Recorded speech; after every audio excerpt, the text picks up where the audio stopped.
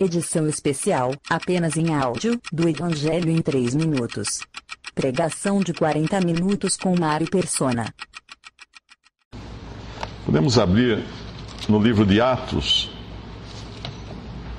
Atos dos Apóstolos, capítulo 8.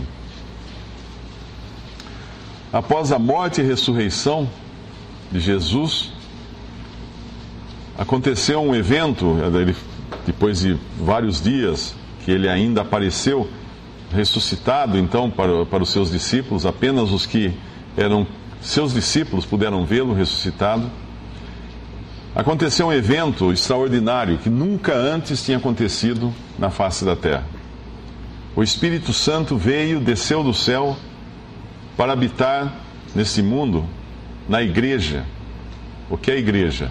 O corpo de todos aqueles, ou o conjunto de todos aqueles salvos por Jesus. Aqueles que creram em Jesus, que foram lavados pelo seu sangue, foram redimidos dos seus pecados, ganharam a certeza e a convicção da vida eterna. Nesse dia, quando aconteceu isso, algo completamente novo estava acontecendo. O Espírito Santo, ele influenciava os crentes do Antigo Testamento, aqueles que criam na palavra de Deus do Antigo Testamento, antes de Cristo até, influenciava, inspirava, porém nunca havia habitado numa pessoa, nem na forma coletiva, como habita hoje na igreja, que é o corpo de Cristo, conjunto de todos os que creem em Jesus, e habita individualmente em cada pessoa que crê em Jesus como seu Salvador. Uma pessoa que se converteu a Cristo, ela ganha um inquilino, ela ganha um novo inquilino. Ela já tem ali um inquilino velho, que é o seu velho homem, a sua velha natureza, que é totalmente antagônica, é totalmente oposta a Deus, e não quer saber de Deus. E ela ganha agora uma natureza divina, uma pessoa divina habitando, melhor dizendo, em si, o Espírito Santo, que lhe dá agora a garantia de que essa pessoa irá para o céu. Ele é chamado de penhor. Penhor, quando você penhora algo, você recebe o penhor, que é a sua garantia de que aquilo é seu e aquilo vai voltar para suas mãos. E nesse capítulo 8 de Atos, nós já encontramos a igreja em seu total funcionamento, vamos dizer assim. Quando falar a palavra igreja, nunca pense numa organização religiosa, nunca pense num templo de tijolos, porque isso não existe na Bíblia. Não existe igreja na Bíblia no sentido de organização religiosa. Não existe igreja na Bíblia, como a gente costuma dizer, eu passei na frente da igreja. Não tem isso na Bíblia. A Bíblia e a igreja é sempre tratada como pessoas, como conjunto das pessoas que creem em Jesus. E a igreja, então, estava em plena atividade, em pleno funcionamento, e aqueles que foram salvos saíam por toda a região pregando a mensagem do Evangelho, que é uma mensagem muito simples, que é que Jesus morreu pelos nossos pecados, foi crucificado, tomou ali na cruz os nossos pecados, os pecados daqueles todos que creem nele, pagou por todos esses pecados, tirou o pecado do mundo e ressuscitou ao terceiro dia. Essa é a mensagem do Evangelho. Mas abrindo em Atos capítulo 8, versículo 25, nós vamos ver as atividades aqui de alguns desses que eram discípulos, que eram salvos por Cristo, esses primeiros cristãos. A palavra cristão foi usada não por eles próprios, mas por outros que os identificavam com o Cristo, como Jesus, o Cristo. A palavra Cristo significa o ungido de Deus, aquele que Deus havia enviado. Versículo 25: Tendo eles, pois, testificado e falado a palavra do Senhor, voltaram para Jerusalém, e em muitas aldeias dos samaritanos anunciaram o Evangelho. E o anjo do Senhor falou a Filipe, dizendo: Levanta-te e vai para a banda do sul, ao caminho que desce de Jerusalém para Gaza, que está deserta.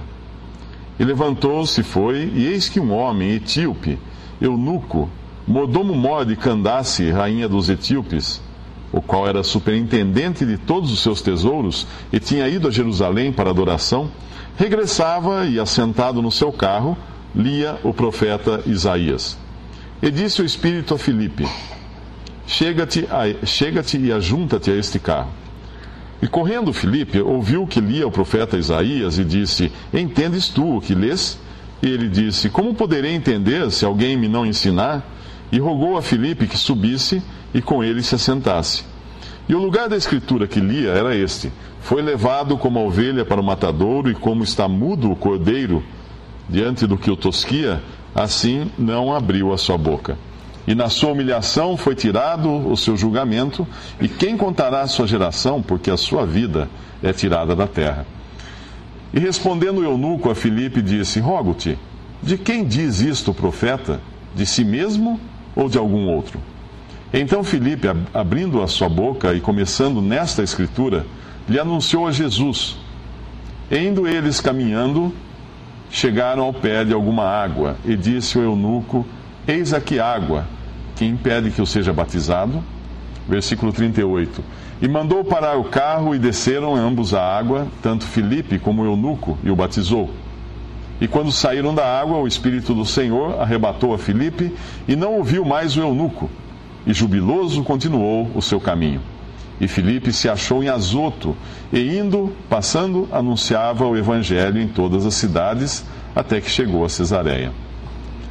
Eu não li o versículo 37, porque ele não consta dos manuscritos mais antigos.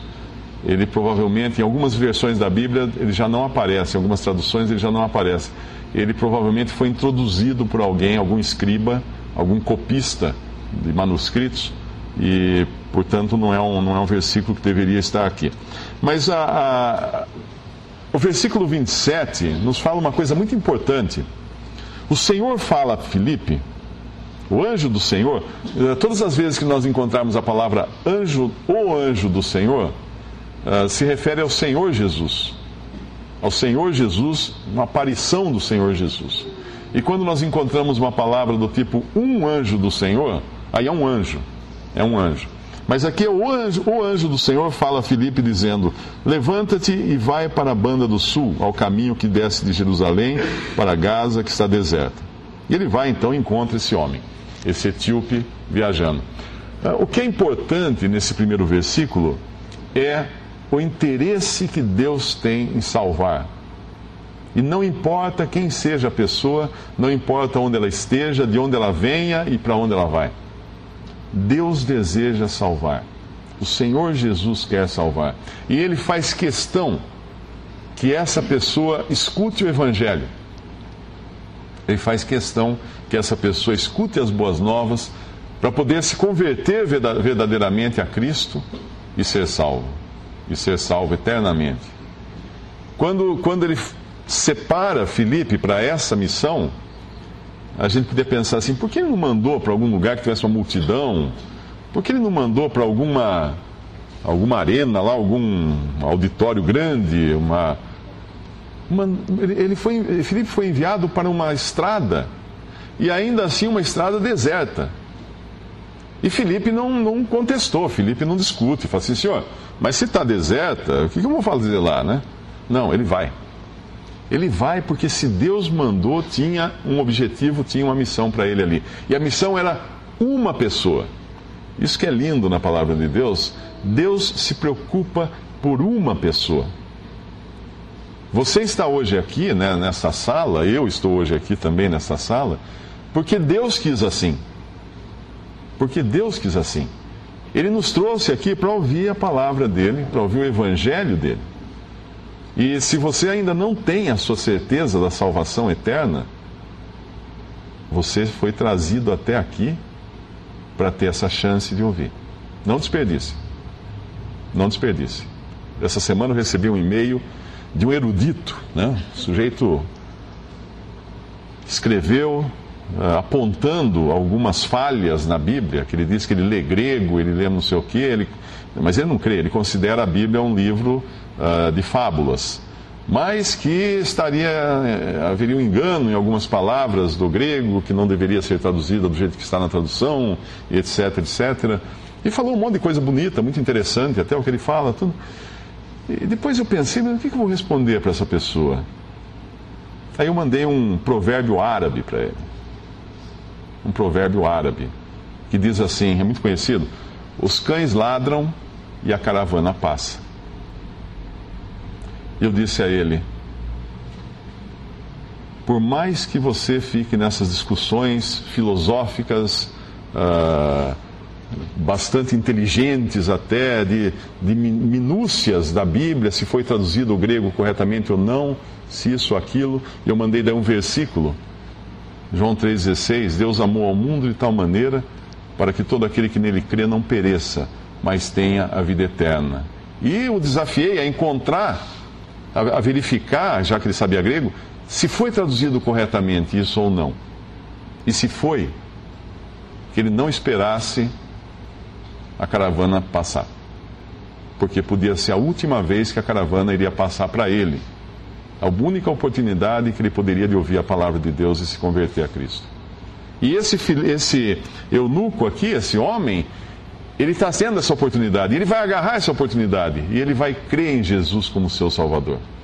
Ele não vai deixar a caravana passar, por assim dizer. Ele não vai ficar ladrando, né? Ah, mas tem isso, mas tem aquilo outro, mas precisa ver também se foi certo isso, interpretação. Não. Simplesmente ele creu em Jesus e foi salvo. E esse eunuco, é interessante que, primeiro, ele é um homem etíope. Portanto, ele era negro. A Etiópia é um país da África, todos nós sabemos, né? Ele era um homem etíope, um homem negro. Ele era um eunuco. O que era um eunuco? Ele era castrado. Ele era um homem que era castrado desde a sua juventude, provavelmente, ou até da infância. Ele era um escravo, né? Ele era um tipo de escravo. Embora, quando a gente fala escravo, é ruim, porque nós sempre pensamos logo na escravidão do século, após os descobrimentos, né, aquela escravidão que traziam os navios negreiros da África, e os negros eram transformados em escravos, e aí eles sofriam muito, eram castigados, eram mortos, tinha todo...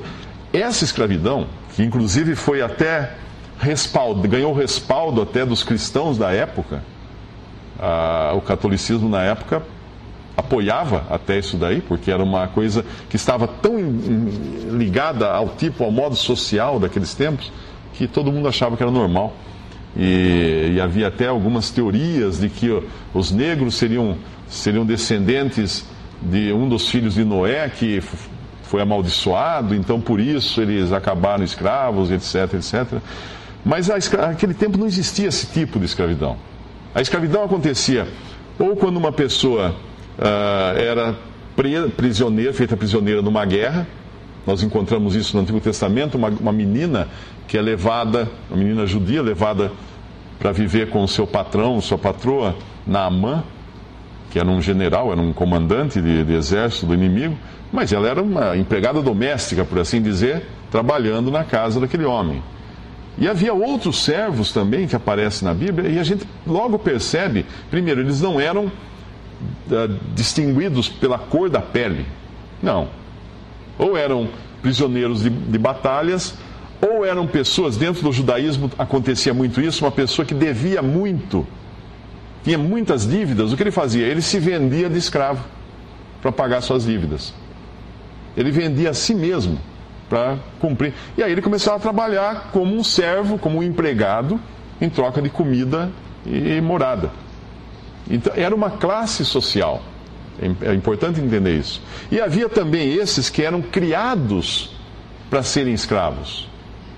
E para isso, como eles iam ser escravos ou servos de rainhas e princesas, eles precisavam ser castrados, para que não acontecesse de ele seduzir lá uma princesa, uma rainha, e acabar passando o seu DNA impuro, vamos chamar assim, não real, né? Não de uma linhagem real, para uma rainha. E aí nascerem filhos bastardos, ou filhos que não fossem da linhagem real. Então tomava-se essa medida de segurança, castrando esses homens. Isso existiu até na China, muito, até o século XIX, começo do século XX. Havia os eunucos que trabalhavam na corte do imperador chinês, e era uma classe especial, muito privilegiada até. Eles tinham grandes privilégios pela posição que ocupavam. E esse homem também é assim. E se alguém acha estranho isso, até em 1920 e pouco morreu o último castrato. O que era um castrato? Era de um grupo de pessoas chamadas de castrati. Eram pessoas que, principalmente na Itália, eles eram meninos que a própria família já criava e mandava castrar, para eles não mudarem a voz, continuarem com voz de criança a vida inteira. E aí então eles cresciam e iam cantar nos coros do Vaticano. O chefe do coral do Vaticano era um castrato. Era um homem que tinha lá vários homens com voz feminina que cantavam no coro. E é possível até encontrar na internet a última gravação, toda arriscada, né, toda cheia de ruído, de um castrato cantando. Então era uma classe.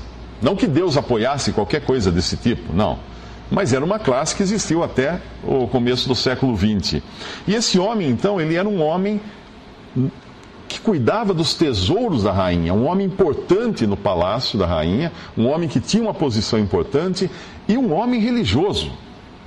Porque ele peregrinava a Jerusalém, provavelmente ele aprendeu a religião judaica e passou a seguir a religião judaica lá na Etiópia. Devia ter judeus, tinha muitos judeus em todo aquele mundo antigo. E ele ia então a Jerusalém, uma vez por ano, para adorar no templo. Só que por ele ser um eunuco, não ser um judeu, e ainda assim ser um castrado, um eunuco, ele não podia entrar em todas as partes do templo, ele tem que ficar fora. Porque não era permitido uma pessoa assim como ele entrar em algumas partes que só eram reservadas a judeus puros, aqueles que realmente eram judeus. Então ele era um homem religioso, um homem temente a Deus, um homem que fazia suas obrigações, né, religiosas, porém, inclusive aceitava ser tratado como um inferior até dentro dessa religião. E aqui é enviado a ele um outro judeu para conversar com ele, Filipe. Porque Deus tinha feito algo agora que não tinha. O Evangelho abriu uma perspectiva nova, porque colocou judeus e gentios como parte de um mesmo corpo. Não havia mais essa distinção, judeus e gentios, na igreja. Todos eram corpo de Cristo, todos eram cristãos. Todos tinham os mesmos privilégios, o mesmo acesso a Deus. E se na antiguidade o templo era dividido em diferentes etapas, né, e na última delas, que era o Santíssimo Lugar, o Santo dos Santos, onde ficava a arca, ali só entrava o sacerdote uma vez por ano, levando uma bacia de sangue de um animal sacrificado. Se ele não fizesse isso, ele seria morto. Então, como era dividido em diversas etapas, até um lugar podiam entrar todos. Depois tinha um pátio, né, o pátio dos gentios. Depois, dali para frente, em alguns lugares, as mulheres já não podiam entrar, e assim por diante, até que no final só o sacerdote entrava uma vez por ano. Quando Cristo morreu na cruz, é relatado isso no Evangelho, o véu do templo que fazia a separação, a maior separação, que era do Santíssimo Lugar, o véu do templo foi rasgado de cima e embaixo, como se Deus falasse: o caminho está aberto. Pode entrar agora, todos podem entrar, todos podem ver a presença de Deus. E esse eunuco, então, está nessa situação ainda antes, vivendo religiosamente antes de conhecer o Evangelho e a salvação. Ele foi a Jerusalém, voltou de Jerusalém, está voltando para a Etiópia, provavelmente bastante frustrado, porque ele, inclusive, está tentando ler as Escrituras e não está entendendo. E ele lê uma passagem que é de Isaías, capítulo 53, é uma passagem muito bonita, que descreve a morte de Jesus. E ela foi escrita 700 anos antes de Jesus morrer. 700 anos antes de Cristo, ela foi escrita. E ela entra em minúcias, podemos até abrir lá, Isaías capítulo 53. O curioso que em 1947, se não me engano, foram descobertos alguns manuscritos do Antigo Testamento, manuscritos feitos em pele de cabra, em uma caverna perto do Mar Morto. E um dos manuscritos do Antigo Testamento é o do livro de Isaías.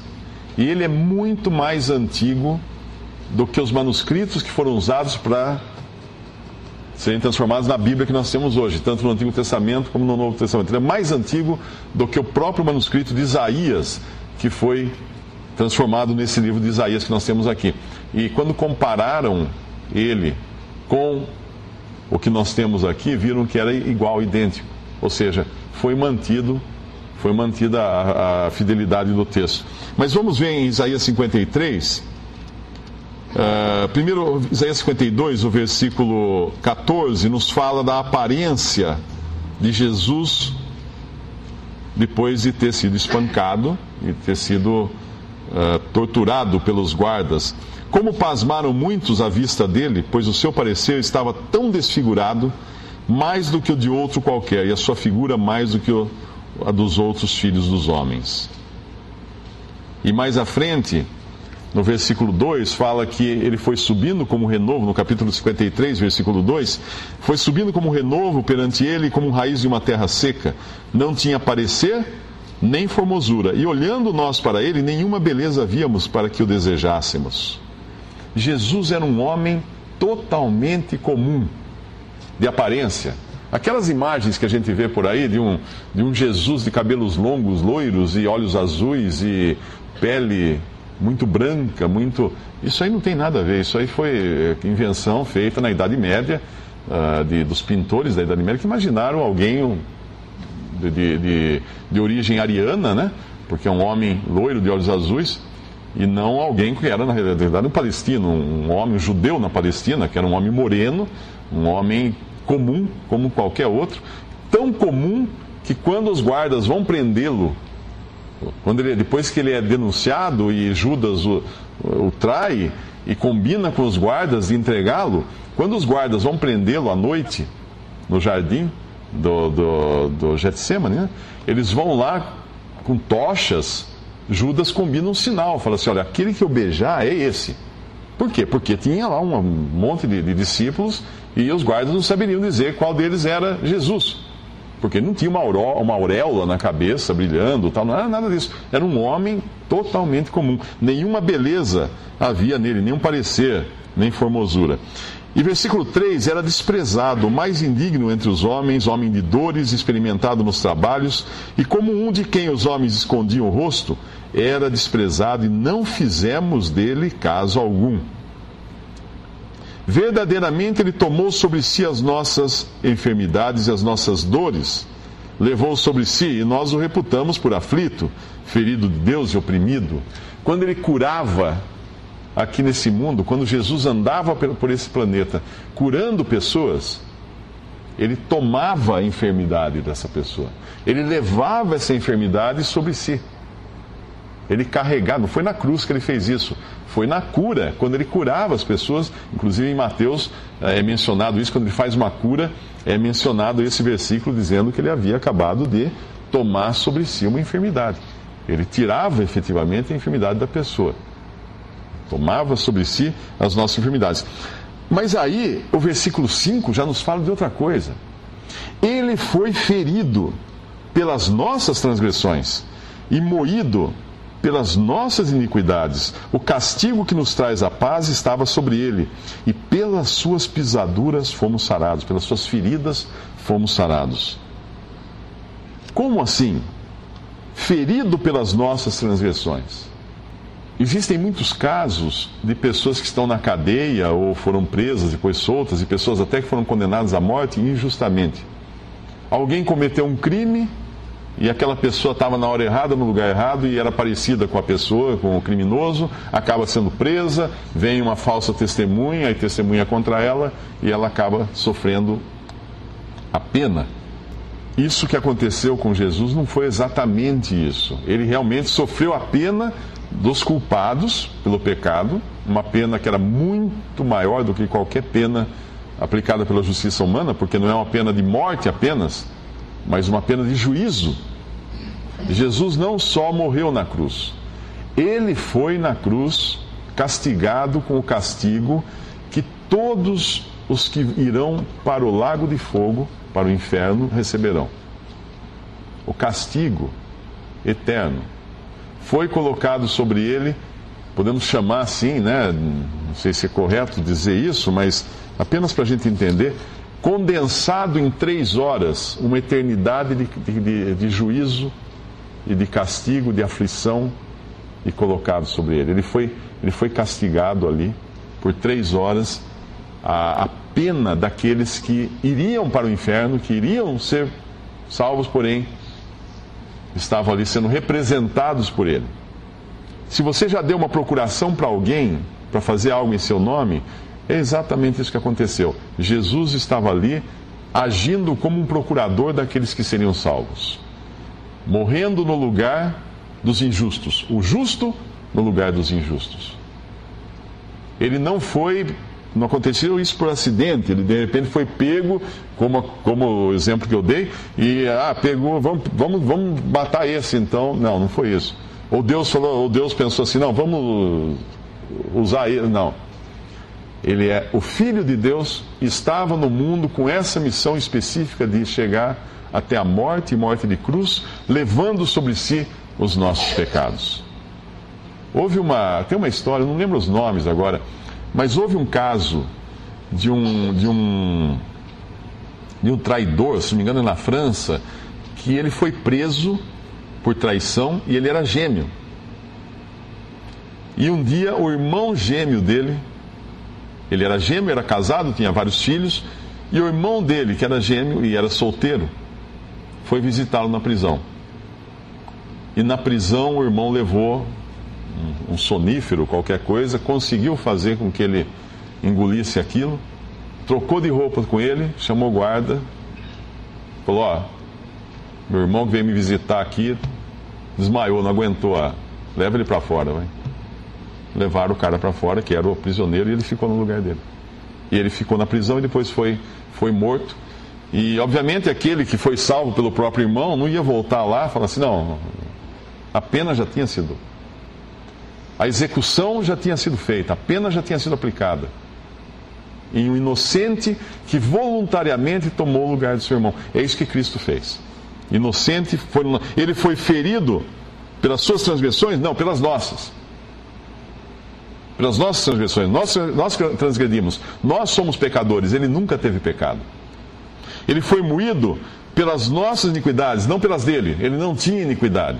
Ele não tinha pecado. O castigo que nos traz a paz, quando cremos em Jesus, estava sobre ele. Um perfeito substituto. Ele foi oprimido, versículo 7, mas não abriu a sua boca. Como um cordeiro foi levado ao matadouro, e como a ovelha muda perante os seus tosqueadores, ele não abriu a sua boca.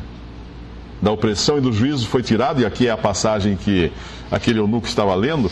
E quem contará o tempo da sua vida, porquanto foi cortado da terra dos viventes, pela transgressão do meu povo foi ele atingido. E puseram a sua sepultura com os ímpios, e com o rico na sua morte. É interessante isso. Ele morreu realmente 700 anos depois, na cruz, entre 2 ímpios, 2 bandidos, e ele seria jogado numa vala comum com os ímpios, não fosse pela intervenção de José de Arimateia, que era um senador, um homem proeminente, que tinha um túmulo novo que ele havia comprado para si mesmo, e ele vai lá para Pilatos, pede o corpo de Jesus e o sepulta no túmulo de um rico. Essa profecia de Isaías cumpre, inclusive, detalhes assim: com o rico esteve na sua morte, sepultado na sepultura de um rico. Porquanto nunca fez injustiça e nem houve engano na sua boca, todavia ao Senhor agradou moê-lo, fazendo-o enfermar, quando a sua alma se puser por expiação do pecado. O que é expiar? Expiar é tirar. E foi isso que ele fez na cruz. Verá a sua posteridade, prolongará os dias de bom prazer do Senhor, prosperará na sua mão. O trabalho da sua alma ele verá e ficará satisfeito. Com o seu conhecimento, o meu servo, o justo, justificará muitos, porque as iniquidades deles levará sobre si. Mas que coisa estranha, como é que ele podia ver o trabalho da sua alma? Como é que ele podia ver o resultado, a sua posteridade, aqueles que seriam beneficiados por sua alma? Porque ele iria ressuscitar. Isso aqui já está inferindo aqui que ele iria ressuscitar, ele estaria vivo depois de morrer. Vivo depois de morrer. Isso é a ressurreição. Isso é a ressurreição. E o versículo 12: pelo que lhe darei a parte de muitos, e com os poderosos repartirá ele o despojo. Porquanto derramou a sua alma na morte, foi contado com os transgressores, mas ele levou sobre si o pecado de muitos, e pelos transgressores intercede. Esse versículo é muito rico. Primeiro, ele conquista, ele recebe a parte de muitos, como se fosse um despojo de guerra. Isso significa que com a morte, ele ia conquistar um despojo. Que despojo era esse? Todos aqueles que eram prisioneiros do pecado e de Satanás. Ele iria tirar esses. Como um conquistador, ele ia derramar a sua alma na morte e ser contado com os transgressores como um substituto. Ele morreu como um bandido, ele morreu como um pecador, embora não tendo pecado. Ele morreu na mesma condição que estavam morrendo aqueles homens julgados pela justiça dos homens como sendo injustos e iníquos, transgressores. Mas ele estava ali, obviamente, nos substituindo. Mas ele levou sobre si o pecado de muitos, e pelos transgressores intercede, para nos justificar. Agora tem uma palavrinha aí, espera um pouquinho. Ele levou sobre si o pecado de todos, não é não? Lá no Novo Testamento tem um versículo que fala que Cristo morreu por todos. E por que aqui diz que ele levou sobre si o pecado de muitos? Se eu dissesse para vocês que eu ia convidar todos aqui para um jantar hoje, porque eu contratei um buffet e já paguei esse buffet pelo número de pessoas que estão nessa sala, obviamente, apenas aqueles que fossem ao jantar teriam o benefício desse jantar. O preço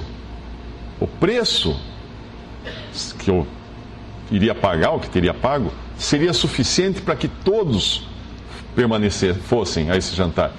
Porém, alguns teriam um compromisso aqui, um problema ali, ou não teriam vontade de ir, ou não estariam com fome, esses não iriam.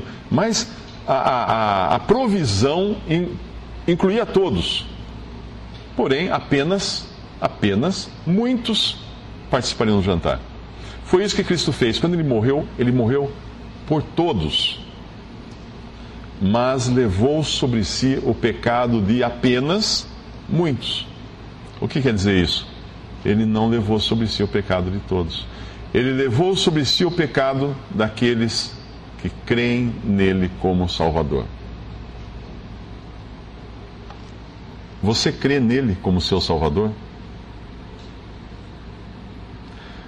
Adão e Eva foram expulsos de Deus por causa de um pecado. Quantos pecados você tem? É impossível ao homem entrar na presença de Deus se tiver um pecado.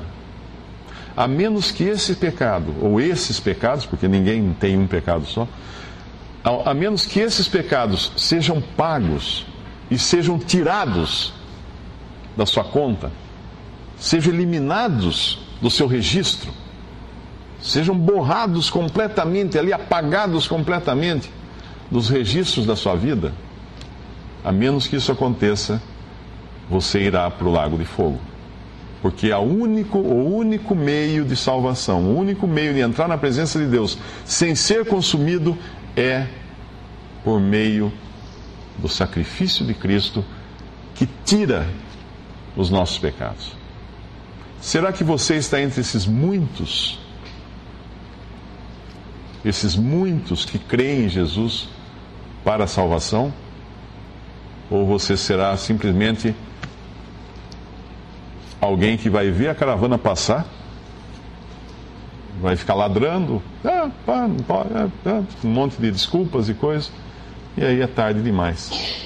Esse eunuco, ele estava numa carruagem, e ele, voltando lá ao nosso capítulo 8 de Atos, ele agora entende, porque quando ele pergunta a Filipe se o profeta Isaías estava falando de si próprio ou de um outro, Filipe apresenta a ele a Jesus, o Salvador. O tema daquela profecia de Isaías era Jesus o Salvador. E Filipe, no versículo 35, abrindo a sua boca e começando nesta escritura de Isaías, lhe anunciou a Jesus. Esse, inclusive, é um costume, né, que vocês vão encontrar sempre numa pregação do Evangelho, que aquela pessoa que está pregando o Evangelho, que está anunciando a mensagem de salvação, ele toma por partida um trecho das Escrituras, uma passagem da Palavra de Deus, e começando daquela passagem, leva o seu olhar para Cristo. Não para si mesmo, não para uma religião, não para você, para suas próprias obras, suas próprias esmolas, sua própria caridade, mas para Cristo. E isso faz Filipe, abrindo a sua boca, começando nessa escritura de Isaías, lhe anunciou a Jesus. A única coisa que uma pessoa que prega o Evangelho pode fazer é apresentar você a Jesus. Não pode mais que isso. Quando você é apresentado a uma pessoa com quem você vai fazer negócios, ou com quem você quer se casar, né, alguma coisa assim, o que essa pessoa, um amigo, faz? Olha, vem cá, ô João, ó, essa aqui é a Maria, ó, eu queria apresentar a vocês, ó, agora vocês conversam aí, tchau. Agora essas pessoas vão conversar. Você está sendo apresentado a Jesus nesta noite. O que você vai fazer com ele? Você vai dizer sim para ele? Você vai crer que ele realmente pagou por seus pecados lá na cruz? Você vai confessá-lo com a sua boca que Jesus é seu Senhor, é dono agora da sua vida? E Jesus é seu Salvador? Você vai crer no seu coração isso, que ele é realmente o seu Salvador?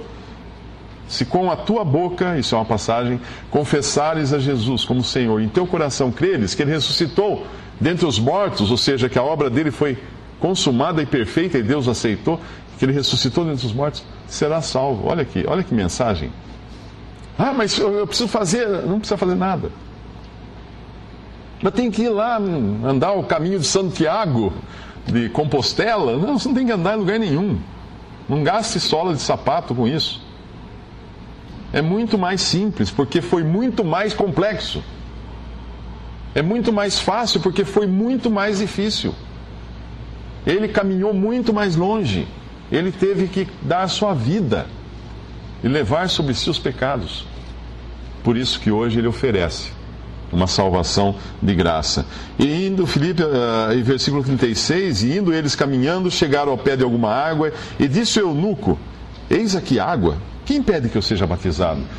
Certamente Filipe deve ter dito a ele a respeito de batismo, né? Que o batismo cristão, batismo feito em nome do Pai, do Filho e do Espírito Santo, é uma figura dessa mudança que acontece com a pessoa, de passar pelo fundo das águas e sair de novo com vida. Morte, vida. Esse homem estava conectado ao judaísmo. Agora ele queria estar conectado a Cristo. Ele tinha o seu nome conectado ao nome de Moisés. Agora ele queria ter o seu nome conectado ao nome de Jesus. E para isso ele queria agora ser batizado. E Filipe, obviamente, o batiza, manda parar o carro, desce os dois à água, tanto Filipe quanto o eunuco, e ele batiza o eunuco. Quando sai da água, o Espírito do Senhor arrebatou a Filipe. Uau! Como foi isso? Não sei. A Bíblia fala de coisas que nós não sabemos. E não adianta a gente querer descobrir. Não sei. Arrebatou, tirou ele dali. E o levou para outro lugar, para Azoto. Quando Filipe se deu conta de si, ele estava num outro lugar, em Azoto. Cadê o eunuco? Foi embora. Como ele foi embora? Querendo descobrir como é que Filipe desapareceu dali da frente dele. Não está nem aí. Ele agora está jubilante dele conhecer o Salvador. Ele conheceu o perdão dos seus pecados, ele tem a vida eterna. Aquilo que a religião não lhe deu. Aquilo que a religião judaica não podia lhe dar e não podia garantir jamais, porque era uma série de regras e leis apenas para provar que ele seria incapaz de cumpri-las, como qualquer um de nós é incapaz de cumprir a lei. Qualquer um de nós pode dizer que não mata, não rouba, não adultera, mas você pensa em fazer tudo isso. Você cobiça essas coisas. E a cobiça era um dos mandamentos que Deus condenava: não cobiçarás qualquer coisa. Qualquer coisa. Filipe se achou. o eunuco, jubiloso, continuou o seu caminho. Olha aqui, esse homem volta agora para a Etiópia. Provavelmente ele deve ter ido lá e pregado o evangelho, porque uma pessoa que conhece a Jesus, ele não para quieto, ele quer agora contar dessa salvação, ele quer contar desse benefício que recebeu para todas as pessoas. Quando você recebe uma coisa boa, você quer falar. E quando você ama as outras pessoas, você quer que elas também tenham aquele privilégio, você quer contar para elas. E o importante do evangelho é o seguinte: quem crê tem a vida eterna. O Senhor Jesus fala num versículo em João capítulo 5, versículo 24, se não me engano: todo aquele que ouve a minha palavra e crê naquele que me enviou tem a vida eterna. Não entrará em juízo, em condenação, mas passou da morte para a vida. Se você prestou atenção nos verbos, quem ouve a palavra, você ouviu essa noite, crê naquele que me enviou. Será que você creu em Jesus? Tem a vida eterna. Já é posse garantida. Não entrará no futuro em condenação, em juízo. Uma pessoa que crê em Jesus não vai passar por julgamento. Não vai ter aquela história, falar assim, no fim Deus vai pegar, pôr meus coisas boas numa balança, as coisas ruins na outra, e ver o que pesa mais. Não, se puser as minhas coisas ruins na balança, vai quebrar a balança, não vai continuar, não tem como. O cristão só vai poder entrar na presença de Deus se os seus pecados já tiverem sido resolvidos aqui nesta vida, não é lá, é aqui. Não tem purgatório, sinto dar notícia para você, não existe purgatório. Não existe um estado intermediário morto. Ou você vai para a presença de Jesus, ou você é colocado no Hades, no lugar da morte, aguardando o seu juízo, para depois ser transferido para o lago de fogo. Não tem meio caminho. A escolha é em vida. E quanto tempo dura a vida? Acabou. A última batida de um coração é a última batida de um coração.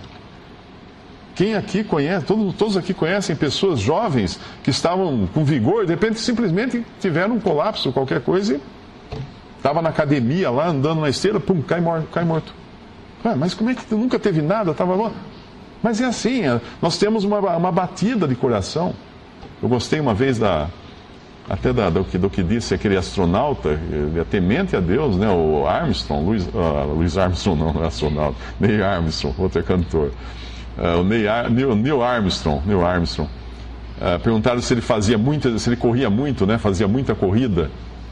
E ele falou assim, olha, eu creio que Deus me deu um número de batidas do coração já fixo. Eu não quero gastá-las correndo em volta do quarteirão. Ele tem uma resposta interessante. E nós temos esse número de batidas de coração fixo. O que você vai fazer antes que a última bata? Nós não sabemos quando vai ser. Creia em Jesus. Não espere a caravana passar. Creia, confesse aí onde você está a Jesus como seu Senhor e seu Salvador. Podemos dar graças a Ele. Nosso Deus e Pai, nós damos graças, Pai, por essa história tão preciosa desse homem que, apesar de religioso, apesar de ocupar uma posição de destaque na corte, ainda assim buscava a salvação. Pai, que nesta sala possam existir pessoas que estão assim, frustrados com religião, frustrados com poder, com posição, mas buscando conhecer a Ti, conhecer a libertação dos seus pecados, a salvação eterna. Pai, Tu possas tocar esses corações nessa noite, para que creiam em Jesus como Salvador e saiam daqui jubilosos, como aquele homem ali. Voltem para suas casas, contentes por terem encontrado um tesouro inestimável, Cristo Jesus, e a salvação eterna. Nós pedimos isso confiando no poder do Teu Santo Espírito, que foi buscar aquele homem numa estrada deserta e que ainda busca aqui neste mundo pecadores perdidos. Pedimos, Pai, confiando e agradecendo no nome precioso de nosso Senhor e Salvador Jesus. Amém. Visite 3minutos.net. Dúvidas? Visite respondi.com.br.